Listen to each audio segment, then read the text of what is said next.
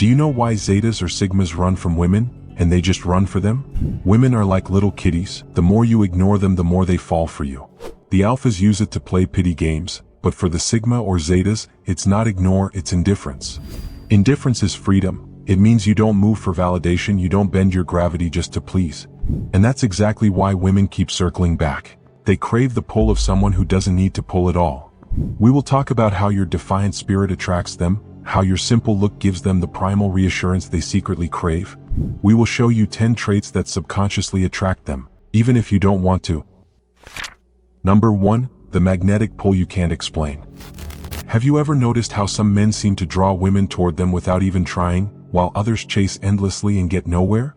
There's something primal happening here that most people miss completely. The zeta operates from a different frequency, one that bypasses the usual games and speaks directly to feminine instincts. He doesn't run from women out of fear like omegas. He runs because he understands something deeper about polarity and power.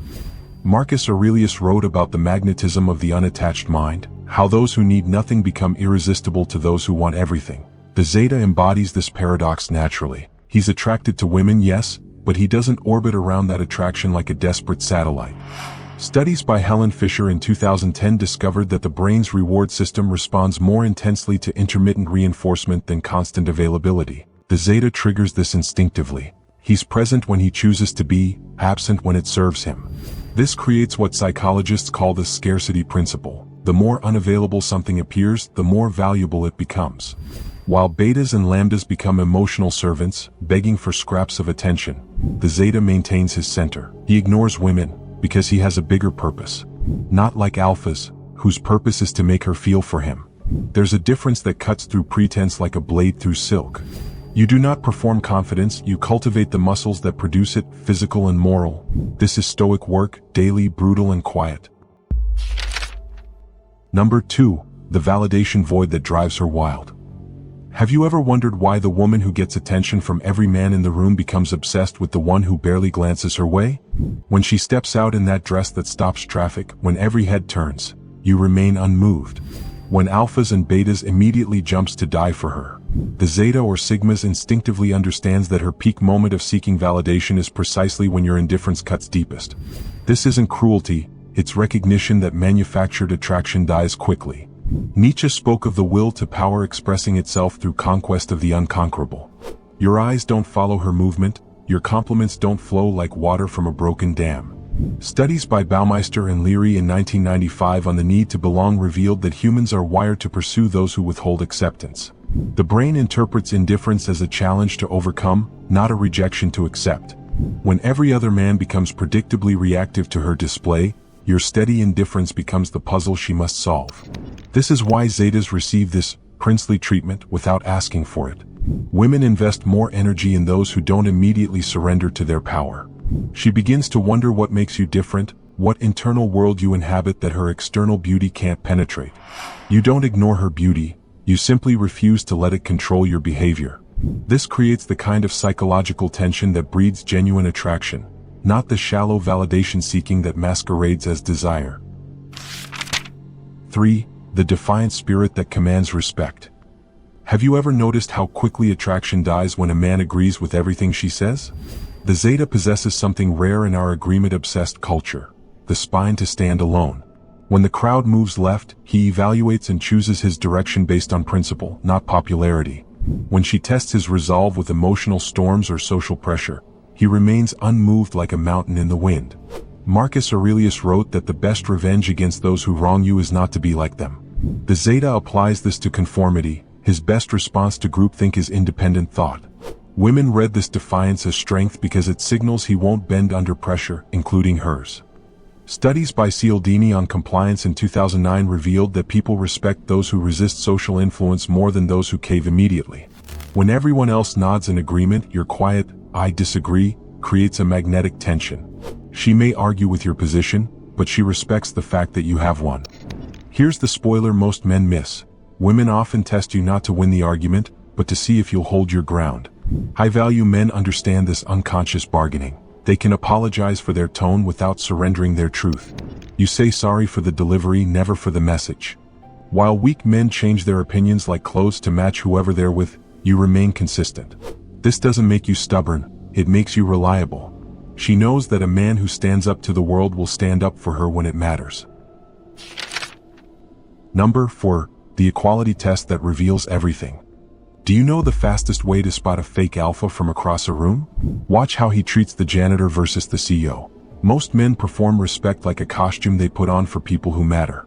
The Sigma Zeta doesn't switch masks. He operates from a consistent internal code that women read like a survival manual. There's something ancient in feminine psychology that scans for authentic power versus performed status. Seneca understood this when he wrote about virtue being the same whether witnessed by slaves or senators.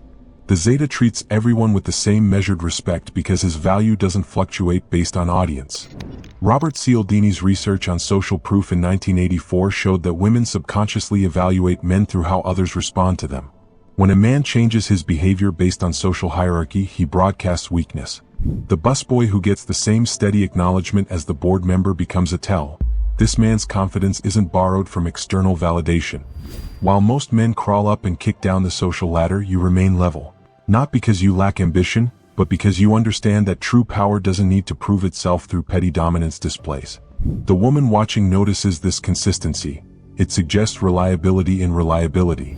You treat respect like gravity, constant, unthinking, automatic. This isn't niceness, it's recognition that your worth doesn't depend on diminishing others.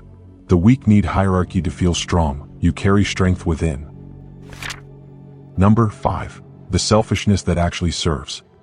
The Zeta practices what philosophers call enlightened selfishness. He understands that you cannot pour from an empty cup. Women sense this strength instinctively, even when their words suggest otherwise. Ayn Rand argued that rational selfishness creates more value than mindless altruism. The man who maintains his boundaries, pursues his goals, and refuses to shrink himself for others becomes infinitely more attractive than the one who dissolves his identity for approval.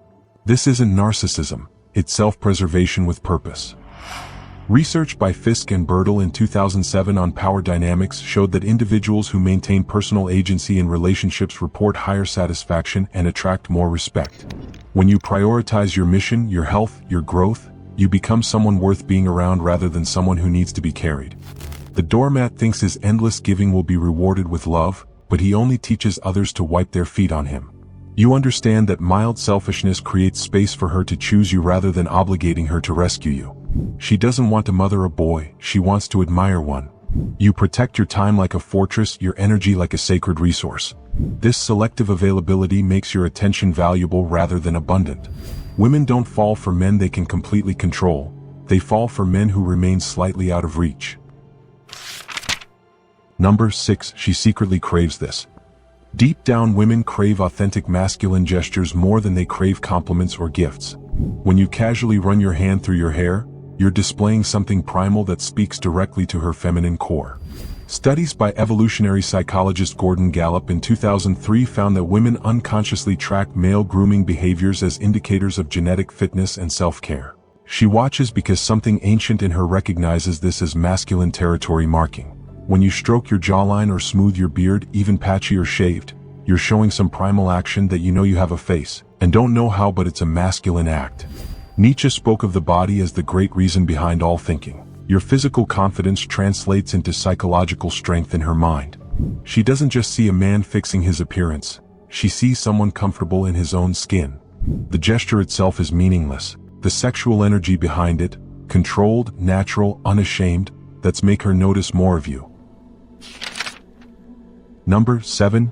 The look that makes her question everything. Why does a simple head tilt and raised eyebrow unravel her composure faster than any words could? Women crave being truly seen, but they also crave the challenge of earning that sight. When you tilt your head slightly and study her with amused curiosity, you're giving her both. High-value men know that observation without immediate judgment creates magnetic tension. Psychologist Paul Ekman's research on microexpressions in 1978 revealed that humans can read complex emotions in milliseconds. Your tilted head communicates evaluation, intrigue, and controlled interest simultaneously. She feels simultaneously exposed and challenged, a combination that triggers deep attraction. This isn't the hungry stare of desperate men or the averted gaze of the insecure. You look at her like you're solving an interesting puzzle, like you see layers she didn't know she was showing. The slight shake of your head in mock disapproval isn't cruel, it's playful dominance wrapped in amusement. Marcus Aurelius wrote about the power of the observing mind that judges without attachment. When you raise that eyebrow with quiet amusement, you become the evaluator rather than the evaluated. She shifts from confident display to uncertain performance, seeking your approval without you asking for it.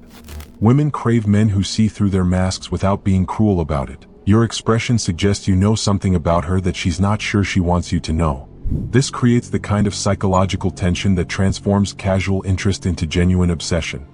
The look says everything words cannot, says you're worth knowing. Number 8, the posture. You know, women are like cats. They're attracted more to them who don't want to amuse them. Women crave the presence of a man who takes up space without apology. When you put your hands behind your head and lean back, you're not just relaxing, you're claiming territory.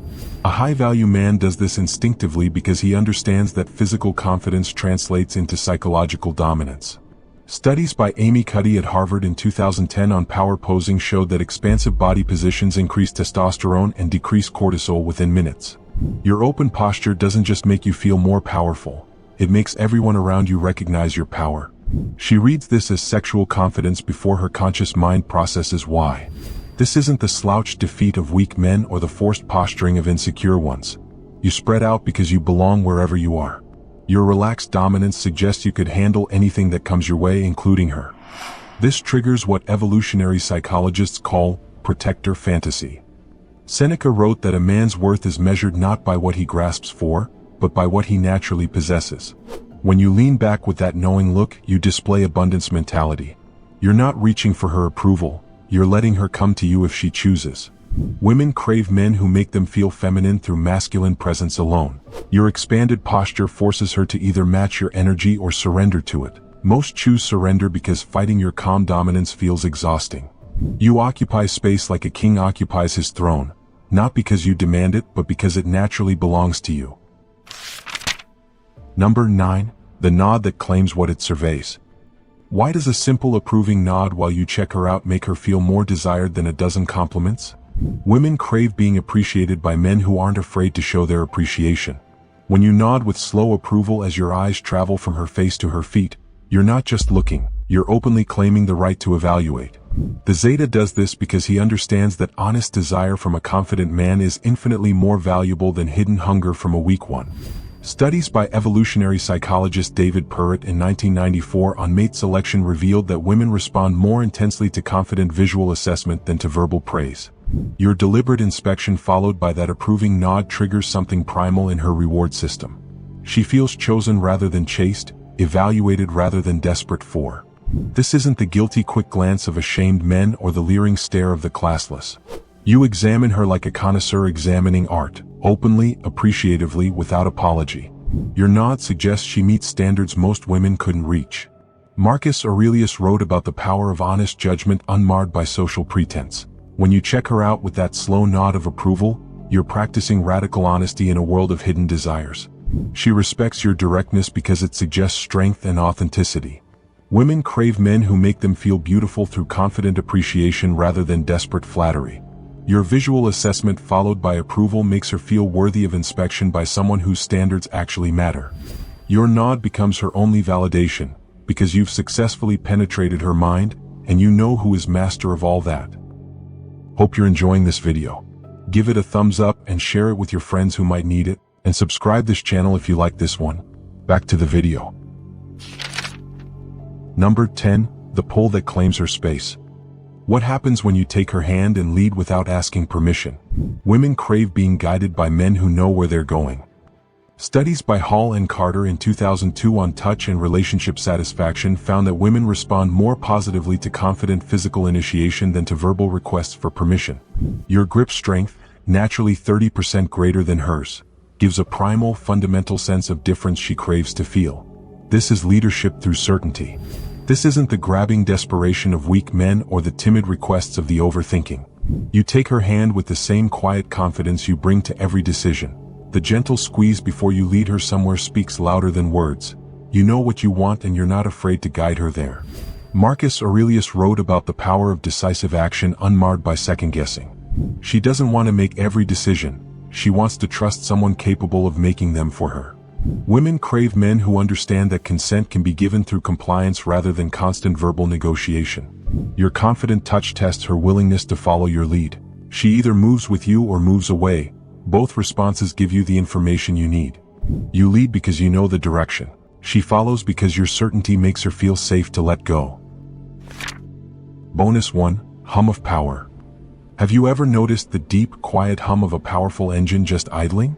It's not straining, not shouting, yet its low, resonant frequency vibrates through everything around it. This is the voice of the sigma and the zeta. They don't use a powerful voice. Their voice is powerful because it is used so sparingly, making its mere vibration an event. First, it's the idle hum. Because they speak less, their vocal cords aren't worn thin by constant, nervous chatter. When they do speak, their natural register comes through, a lower, chest-resonant frequency that acts like a subharmonic. It's not put on. It's the authentic sound of a man who doesn't feel the need to pitch his voice higher to seem agreeable or eager. This isn't a technique, it's the physiological result of silence. It's the sound of contained power, and it triggers a primal alertness in those who hear it. Second, the pace remains. The unhurried delivery. The weighty pauses. Their words are not released like startled birds. They are placed one by one with deliberate intent. This pace is a byproduct of a mind that thinks before it speaks, that values precision over volume. Each pause amplifies the resonance of the next word, making simple statements land with profound gravity. Third, the command tone is innate. It's not learned, it's earned through self-mastery. When a man who is comfortable with silence finally speaks, his words carry the implicit weight of all the things he didn't say. There is no hesitation, no upward inflection that turns statements into questions.